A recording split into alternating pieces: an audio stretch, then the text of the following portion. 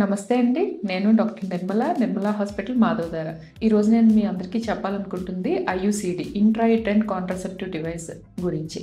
అయితే దీన్ని మనం అందరం కూడా సాధారణ భాషలో లూప్ అనుకుంటాం.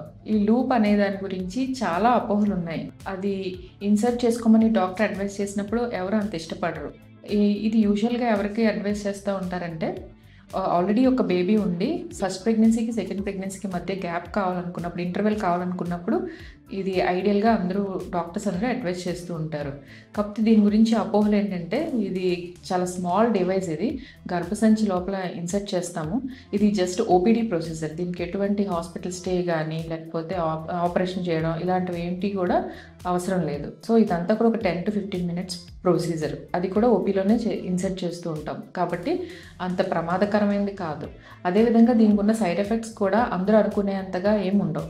యూజువల్ కామన్ సైడ్ ఎఫెక్ట్ ఏంటంటే ఫస్ట్ 3 monthsలో బ్లీడింగ్ స్పాటింగ్ లాగా కనిపిస్తూ ఉంటుంది. ఇర్రెగ్యులర్ బ్లీడింగ్ కనిపిస్తూ ఉంటుంది. అది కూడా 3 months పీరియడ్లోనే. యూజువల్గా 3 months తర్వాత ఈ ఇష్యూ కూడా నార్మల్ అయిపోతూ ఉంటాయి. సో మనం ఎటువంటి కాంట్రసెప్షన్ ఫాలో అవ్వకుండా ప్రెగ్నెన్సీ తెచ్చుకొని తర్వాత ప్రెగ్నెన్సీ వచ్చాక మనం అబార్షన్స్ ఇలాంటివి ఎంటీపీలు చేయించుకొని దాని నుండి వచ్చే సైడ్ ఎఫెక్ట్స్ ఎక్కువ ఉంటాయి నా దృష్టిలో ఈ ఐయుసిడి ఇన్సర్షన్ కంటే.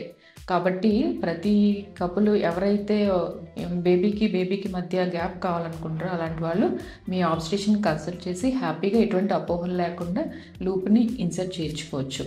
ఇంకా దీనికి సంబంధించి మీకు ఏమన్నా అనుమానాలు ఉంటే దాన్ని కామెంట్ సెక్షన్లో కామెంట్ చేయండి. Thank you.